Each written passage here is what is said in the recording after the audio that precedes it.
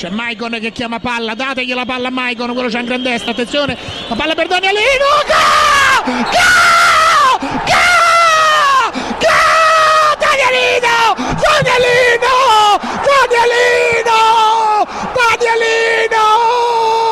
Danielino, un anno e 3 mesi che aspetto, un anno e 3 mesi che sto aspettando sto gol, è da maggio del 2012 che sto aspettando sto gol, Danielino, un gol straordinario, mi ricorda quello che ha fatto a Siena, un gol straordinario, è inutile che piagni Sabatini, è un gol straordinario Daniele De Rossi, il gol del vantaggio della Roma.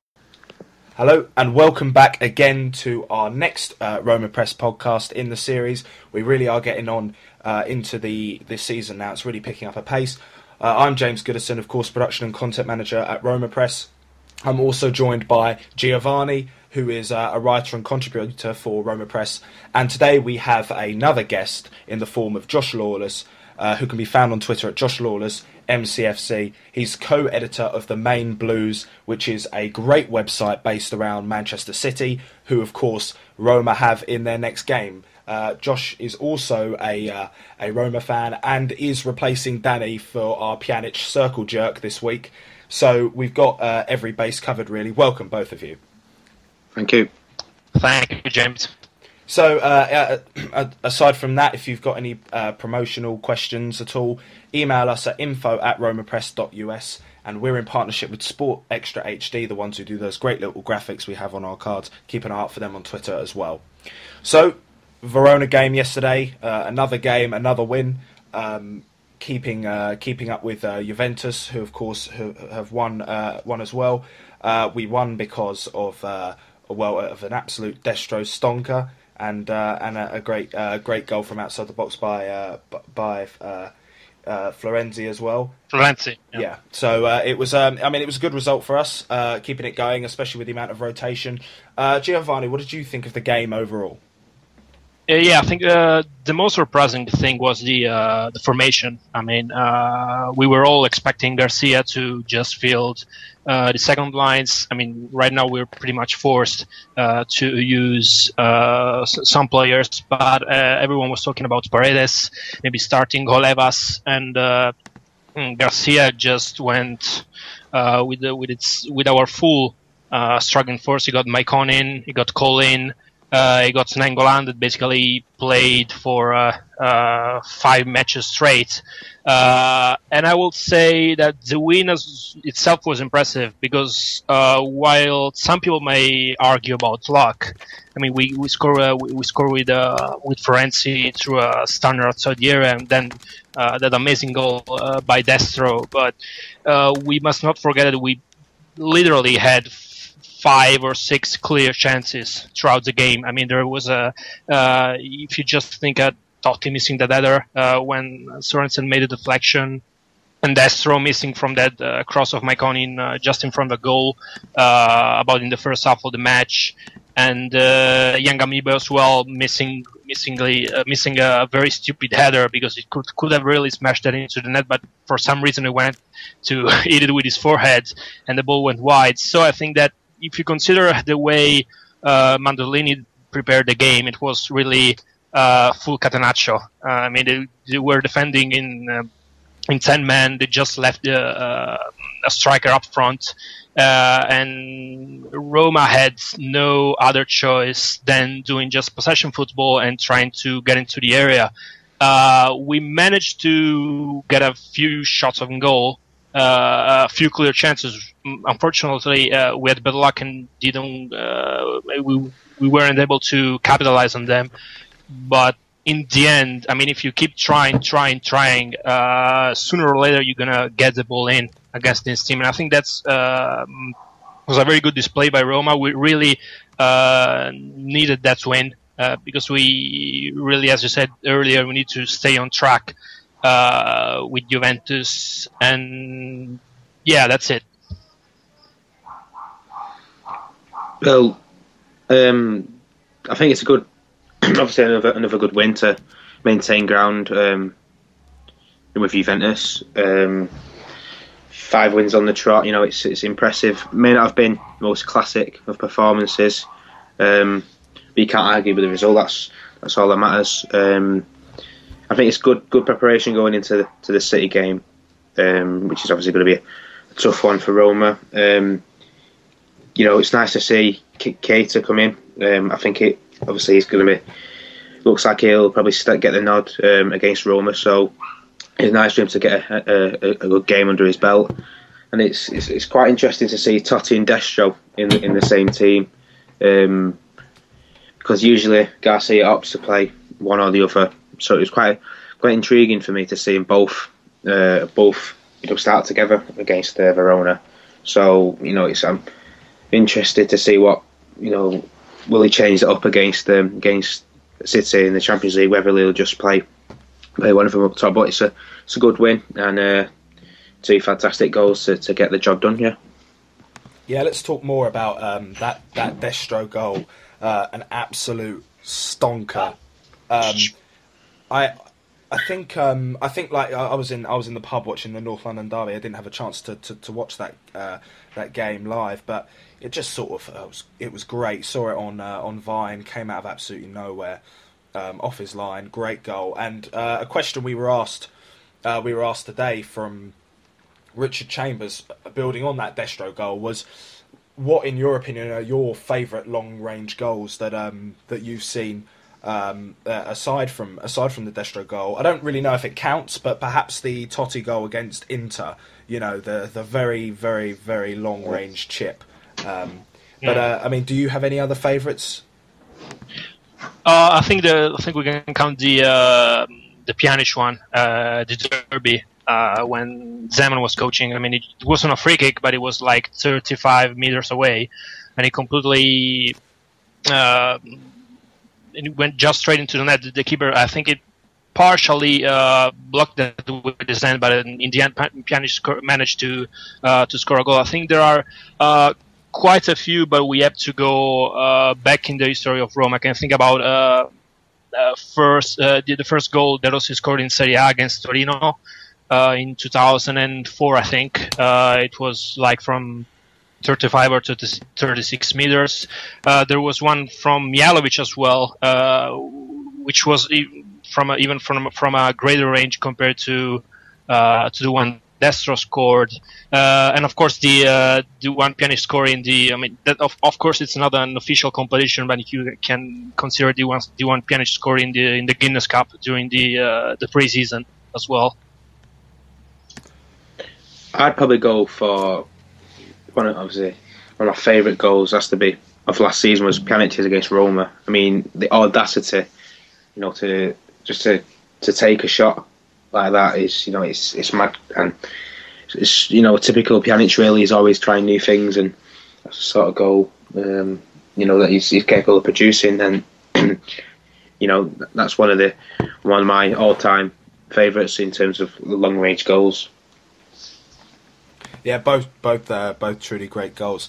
Let's talk about the Scudetto race, which already seems to be heating up, as we all predicted, between Roma and Juventus this season. Obviously, there's already a bit of a gap. I mean, Juventus and Roma have both played 5, won 5, 15 points already. They meet next week, of course, so that run won't continue much longer than that. But I mean, so let's put aside what who's going to win it, because it's still very very early days. But let's talk more about the gap between those two top teams and the rest of Serie A at the moment. I mean, as we're recording this right now, Inter Milan are losing 4-1 to Cagliari. AC are drawing 1-1 away to Cesena. So,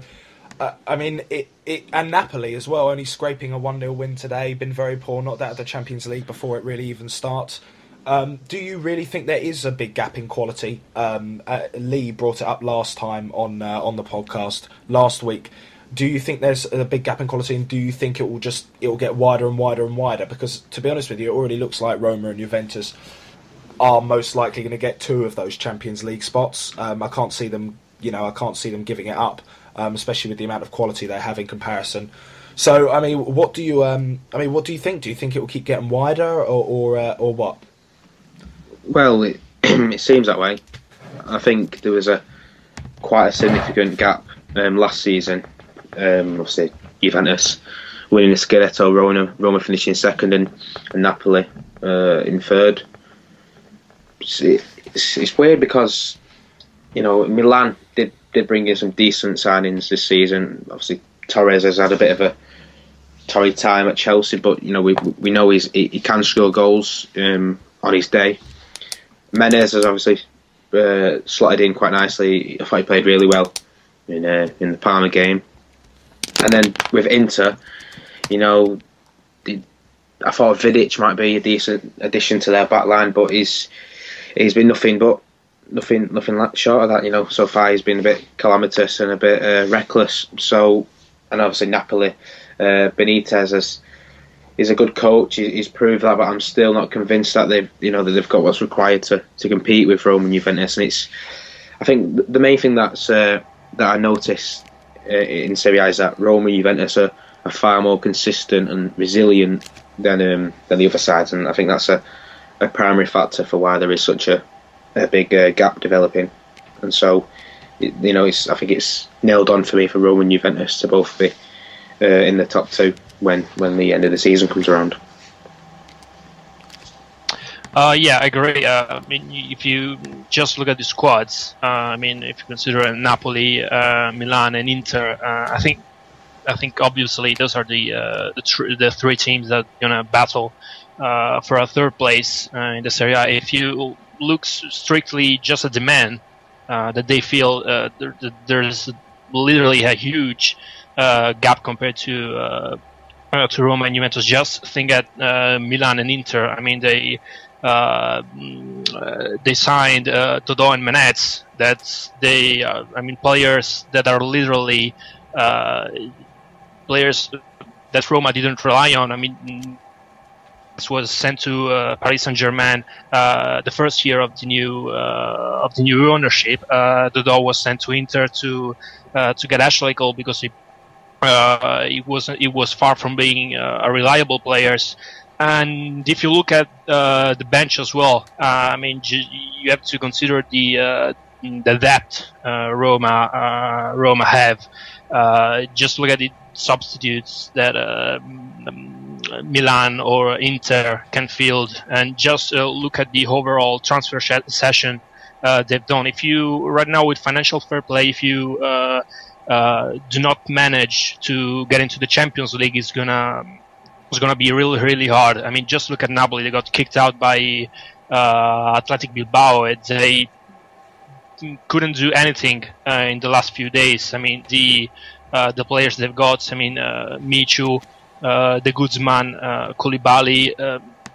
If you put them in comparison with the Roma equivalents, I mean, just look at Manolas, Keita, Iturbe. I mean, there's literally no comparison. And if the gap is going to stay, I think it depends, firstly, on which team is going to get the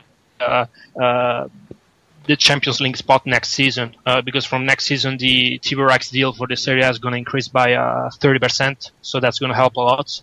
And of course, it will depend on the transfer session in this January, because there are already some names going around for Roma. For example, Konoplyanka. I mean, if Roma manage to strengthen itself, there's gonna be literally no challenge for the other team. I think it's gonna be a two-man race between Roma and Juve till the very end.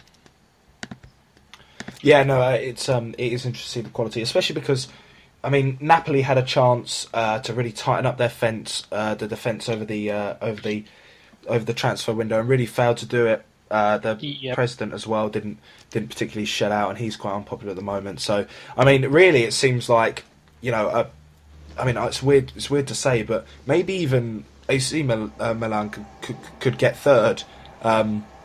Just because of the way it's all going with there's no real strong third place team. They're all equally weak as well.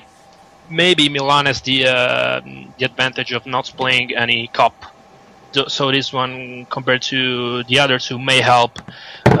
Then with turnover and this kind of thing. But yeah, as you say, right now, I mean, there's you could argue about Fiorentina as well, but with Rossi being injured, Gomez not being so reliable, Europa League as well. Yeah. That's a killer. It's going to be really hard for. Probably Milan can try its best and try to reach a Champions League spot, because honestly, I mean, the team itself is not.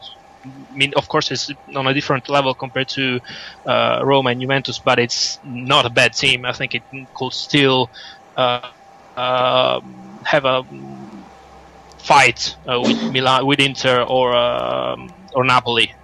Just let's see what they will get in the January session, and then maybe let's see at which point they will be in after the first 6 months, and then maybe we could probably say if there's some favorites or not for the third spot. Yes, it will be interesting to see. Moving on to the other competition that Roma are contesting themselves in this year. We're not really going to talk about the Coppa yet, but obviously Roma top of their Champions League group on goal difference after beating pretty lackluster CSKA at home the other week. They face City away this coming week. So obviously this is the first real challenge for them, and perhaps. I mean, we debated before which team would be easier to get points off of, Bayern or City.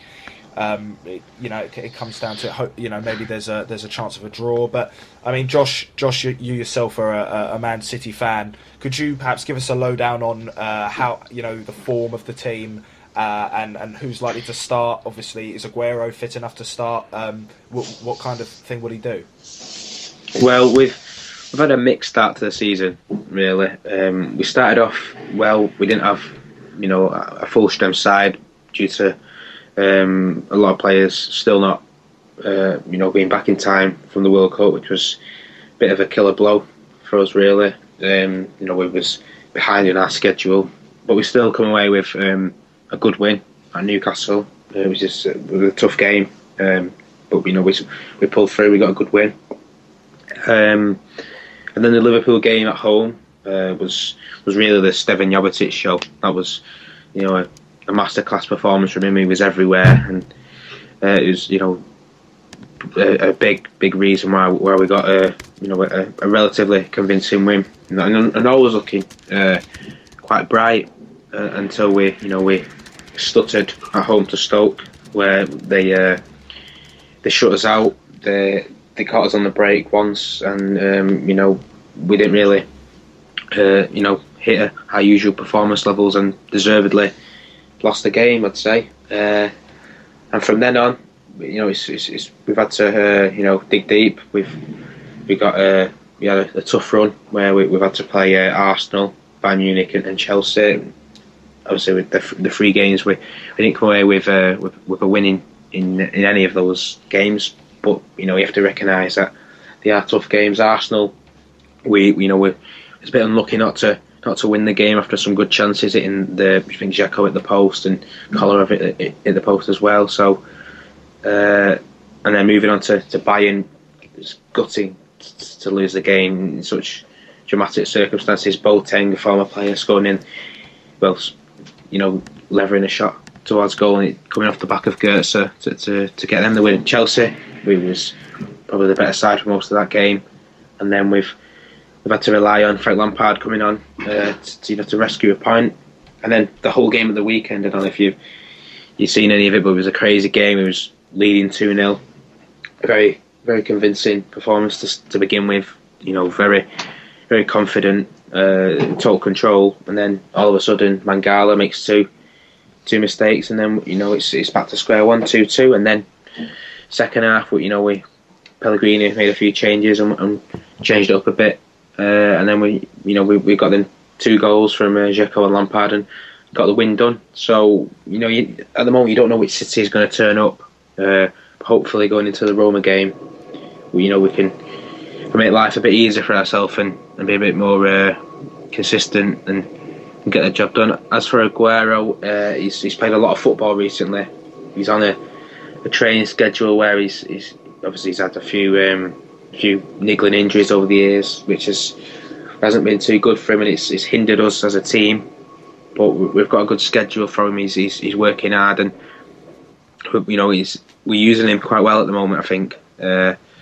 So I'm not sure whether he will start the game because he's played in the Arsenal game. He was on the bench for the Bayern game. Chelsea, he played from the off, and then from Hull, obviously he started the game then. So I think if Jovetic is fit, Jovetic might get the nod in this game, and that'd be a big plus for me because he's the sort of player who could cause problems for Roma because he's a very, very busy player, lively, and he's always heavily involved in the thick of the action. So I'm really hoping he gets the start, and we see him come up against Roma, a team he's faced before, obviously with Fiorentina and Serie A.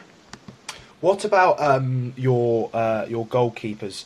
Obviously, Joe Hart. Joe Hart actually seems to get loads of stick from Italian people that I follow, especially you, Gio. And but I personally quite rate him. And then obviously Caballero, is that how you say his name? Caballero. Caballero. He started in goal against Hull. I haven't seen the game, so I don't know whether any of the goals were sort of he could have done better sort of thing. But I mean, what's your opinion on the goalkeepers? Who would you start on when you play Roma this week? Well, first and foremost, I think it's it's great to have two goalkeepers of such quality. Both, usually very reliable, and for a club of our stature, it's always good to have two keepers who you can call upon and you can chop and change from time to time. Joe Hart was absolutely outstanding against Bayern Munich. He pulled off a string of top saves, and it was great for him to do that after he had a bit of a wobble. I thought he was at fault for Stoke's goal in that defeat at the Etihad Stadium. I wouldn't say that at the moment, Cavallero's got the nod or anything. I mean, he started a cup game against Sheffield Wednesday and now the Hull game, but I think Joe Hart's played a lot of football recently, so it was good for Pellegrini to give him a rest. And Caballero didn't make any mistakes at all in the Hull game. One goal was an own goal. He had, he couldn't do anything about that, and the penalties, he's got a 50-50 chance of saving it. But I think and hope that the Hart starts the Roma game, and to be honest, I think that's the way that Pellegrini is going to go. But I really wouldn't be too fussed if Caballero came in because we know, he's a good keeper. Yeah, it is. It will be fascinating to see the lineup and also which City turns up on the day as well. Let's talk about the other team, of course, Roma. They've, as we said, won 5 out of 5. Last time out, CSKA Moscow managed to grab a result with rotation and injuries and that suspension for the first match as well. How do you expect Roma to set up this week, Gio? Well, I think this is going to be the acid test for Roma. I mean, it's the first time in 4 or 5 years that we face a really a world-class team outside the Italian league. I mean, if you just look at the players that Manchester City can put on the field. I mean, you were talking about the fact that I usually make fun of Joe Hart. Let's say I make fun of the silly mistakes he makes now and then, but overall I think he's a very reliable keeper. And if you just look at the people Joe Hart has in front of him, I mean, if you just look at City's defense, I mean, that's something. As I said in the last podcast, I think they're arguably the strongest defense in the world. I mean, if I don't know if they're gonna field Zabaleta, Company, Mangala, and Kolarov against us, but if they do, that's gonna be like facing the great Chinese wall. I mean, Roma's gonna have to make a real effort to get past them, and that's just the defense. I mean, if you got the midfield, I mean, they got Touré, who is, in my opinion, probably the best midfielder in the world, or at least he has been so over the last 2 years, performance-wise. And the attack, the offense, of course, they got maybe Jovetic is ruled out, but they still got Aguero, they still got Dzeko, and honestly, I don't know if Fernando is gonna come back for the Roma game. Do you know anything about it, Josh? Yeah, it's a tough one. You never know what to expect with our injuries. We do. We have some, Pellegrini. You don't know really what he means when he says players are coming back. He said, I heard that Jovetic was close to be back in for the Arsenal game, and we haven't seen him since then. Fernando, I think Pellegrini said last week that him and Jovetic would be back. He has been doing some training on his own, which is encouraging. But I'm still not 100% sure whether he'll be fully fit for the game on Tuesday. I hope he is fit, because I think he's a vital cog in our machine, especially against the top European sides like Roma, which they can be considered a top side now under Garcia. It sort of relieves the pressure off Fernandinho a bit. We know Yaya Toure isn't the most defensively minded player, so it would be good to see Fernando come in, and that'd make for a really interesting midfield battle. Yeah, because as I said before, I mean, the problem with Roma right now is that we're pretty much forced to use the same players each and every time. Instead, if you just look at City, I mean, they have some major injuries, like, I don't know, Jovetic or Nasri, people who are definitely ruled out for the Roma game. But other than that, they're playing at full capacity. I mean, they're gonna field their best players, and they're gonna absolutely give the 100% in this match, especially right now that they lost against Bayern. I remember that Yaya didn't really have a legendary match against Bayern, so but I still rate him as the best midfielder around. So it's really difficult to predict what Garcia will do against City. I mean, I really hope Iturbe is gonna be fit for the City match, because if we get Totti, Gervinho, and Iturbe in, we might have a chance to create something against City midfield and defense. Problem is our midfield is quite worn out. I mean, they played an uncountable amount of games just consecutively without any replacements, and we're facing a team which has virtually unlimited offensive potential. I mean, when City is fit, they can literally destroy any team in the world. I'm not sure if we should go for a draw at Etihad. Maybe it could be a good strategy, because we're playing our last match at the Olimpico against City, and City right now is desperately needs to qualify and to get a win over Roma. I think a possible solution may maybe exploit the counterattacks. I mean, they got centre backs like Company and Mangala that are actually quite fast, but they surely can go with the acceleration and change of pace of Gervinho and Iturbe. And of course, you got the Totti factor. I mean, we've seen that against CSKA on the goal for Gervinho, can virtually launch a counterattack from anywhere on the field. I think we're going to try to keep possession, have a very, very tidy defense. We should play with Maicon and Cole or maybe I don't know if Garcia will give any trust to Torosidis, but the first rule against the City match will be don't get a goal. Even if we get out of Etihad with a 0-0, it's gonna be good for us. I'm gonna be honest. I was really, let's say, concerned before the Cesca match the one we won 5-1. Because I wasn't really expecting Roma to put that attitude on the pitch, but against City is gonna be it's not gonna be like that, because you're gonna have a wall of world-class players, and getting past them is gonna require a lot of effort. I mean, if we manage to get 3 points, it's gonna be one of an historic match for Roma in Europe. I mean, you could put them with the other great match we had against big team. I don't know, the closest one in time I can recall of is against Bayern, where we won 3-2. We were very lucky against Bayern, and honestly, I think this Manchester City's team is way stronger.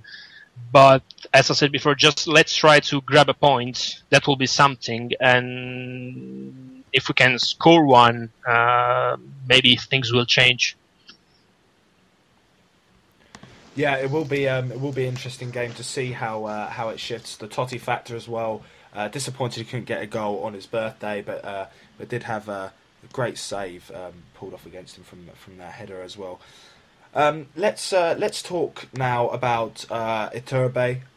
He was supposed to be out, and correct me if I'm wrong. I think he was predicted to be out for both this game and the Juventus game. Yeah. Yep, that's it. But as we saw this morning, reported by me on Roma Press, if you're interested, is that he's in the squad.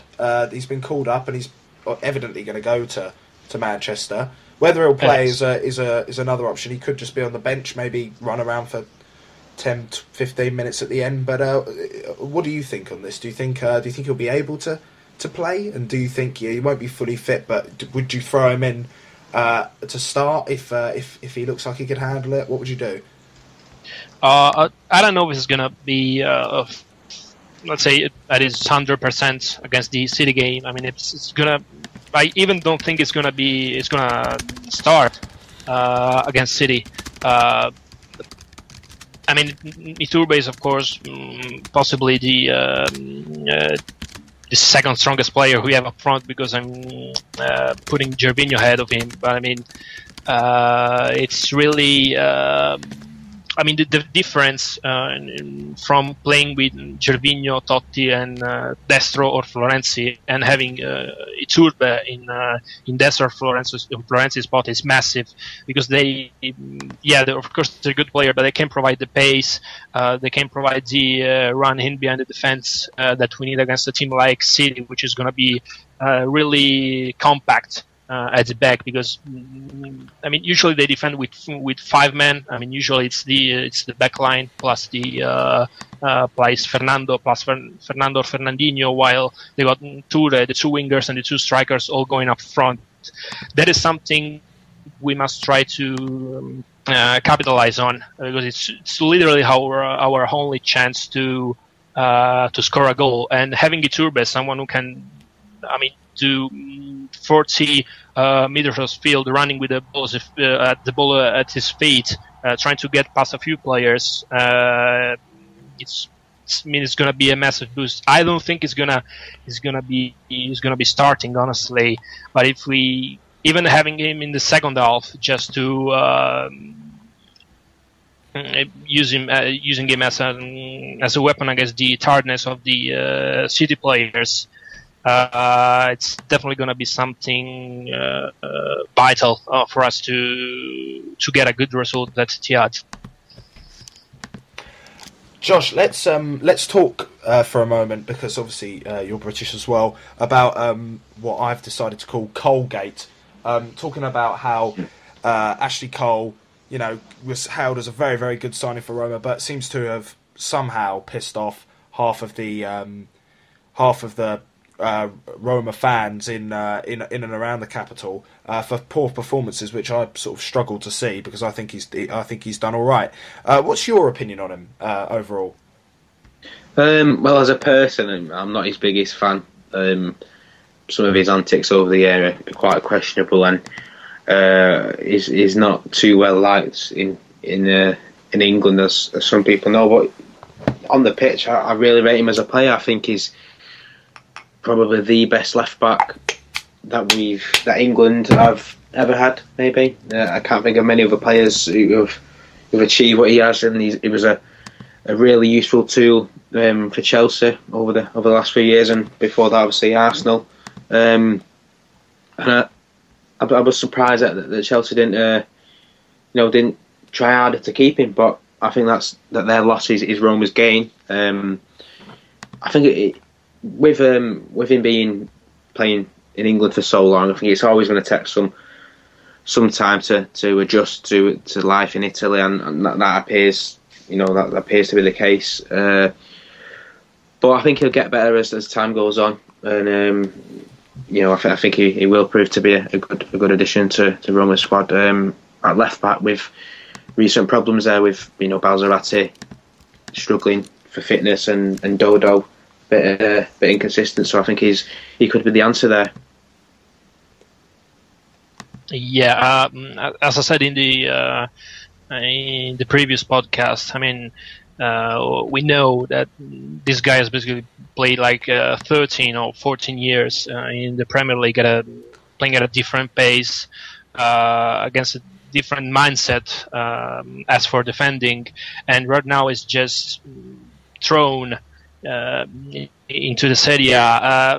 Well, I agree, his start with Roma may have not been, I mean, mind blowing or something to remember. We have to agree that he's slowly improving over time. I mean, if you just look at the recent matches he has had with Roma, you can still see that right now his teammates are trusting him more. I mean, if you look at the first match, the very first match he has had with us, he was basically ignored completely by by everyone on the pitch. They were just always loading the ball on Maicon because they knew him. They knew what he was capable of. But right now, it's more training sessions being in his leg with the trust he has gained from Rudy Garcia. I think things are slowly improving. While I like Olevas, and I mean, I like the offensive potential he can bring to the team.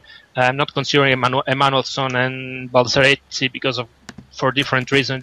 They're substantially ruled out of any match. But honestly, I think we are better off. I think you're gonna have a fullback who is still one of the best around, at least defensively. Yeah, it's interesting to see his experience would be great in Europe as well, and it would be nice to see him start the game rather than watching from the bench against CSK. We're going to move on to two questions now we've got in after tweeting from this morning. We did answer one of them earlier on about our favourite long shots, but let's talk about Adam Grash's question, which is how will Garcia handle rotation, and what about the lineup versus City? Well, I think we've talked in detail about the lineup versus City, but I mean, how do you think Garcia's handling rotation? How do you think he's going about handling rotation? I think there's honestly no real rotation to handle, because right now we have 8 injured players, and we're literally playing with the same man each and every time. As I said earlier, there were people talking about the possibility of Paredes making his debut against Verona, but that didn't happen. I mean, there's right now until De Rossi and Iturbe and all the others, Castan and all the other players who are missing, Astori as well, there's literally no chance to do any kind of rotation. Just look at defense. I mean, apart from Soma, we can't really field any proper defender if Yangambiwa or Manolas for some reason will get an injury. I mean, we can't even use De Rossi as a centre back because he's injured as well. So I think with City and Juventus, you will be forced to field the best formation you can. And that means always the same midfield, and that means using Keita, Nainggolan, and Pjanic. You're forced to use those two centre backs. You have some kind of options on the full-backs. You have some options in the up front. But I mean, the midfield is going to be the real problem. And so while there might be some slight rotation on the full-backs and on the offense, I mean, Garcia can literally do nothing, and we can't even risk to play an experienced player like Paredes or others or youngster, because we're about to have our possibility to most important matches of the whole season right now. So mainly I wouldn't give any kind of responsibility to Garcia on that side, because he's gonna literally have no choice than to just put the best players and manage to sort out the tiredness they may have during training. I don't know, by maybe during less heavy training session and such. Yeah, I see. Let's. We've got one more question here before we close up. It's from Mike on Twitter as well.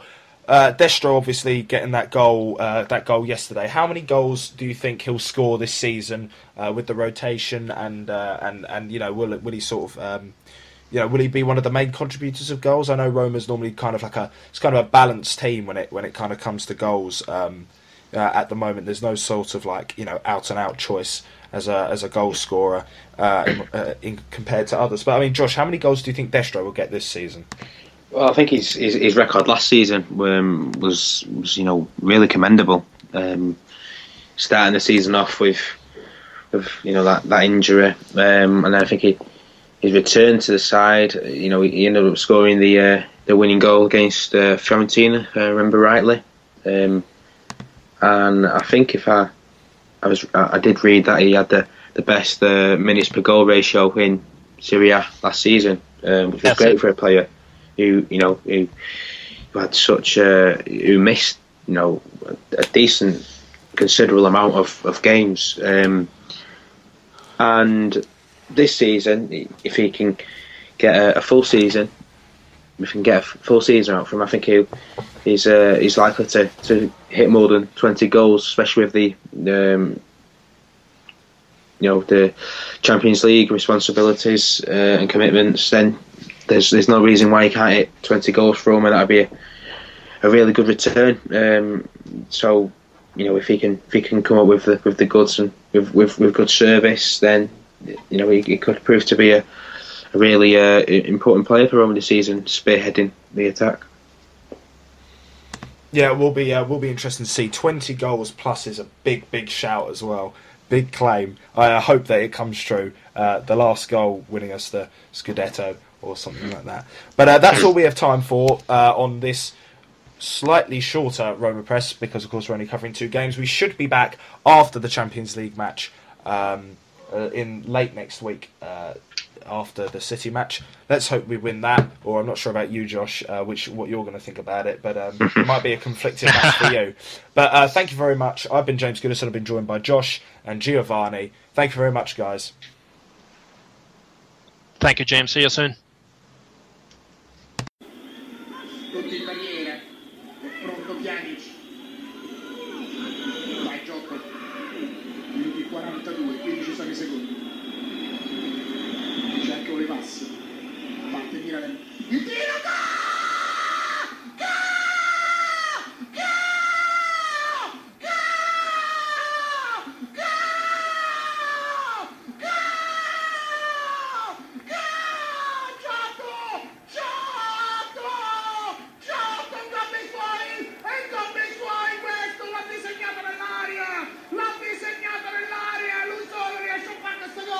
al 42esimo minuto il gol di Verona Pjanic, 2-1 per la Roma. Primo gol stagionale in maglia giallorossa per Milan Pjanic al 42esimo minuto. Il gol su punizione, splendido, il pallone ha toccato la parte bassa della traversa e si è infilata in porta. Nulla da fare per il portiere Mirante. Roma che passa in vantaggio proprio nel finale al 42esimo minuto. Tutti ad abbracciare Giotto, tutti ad abbracciare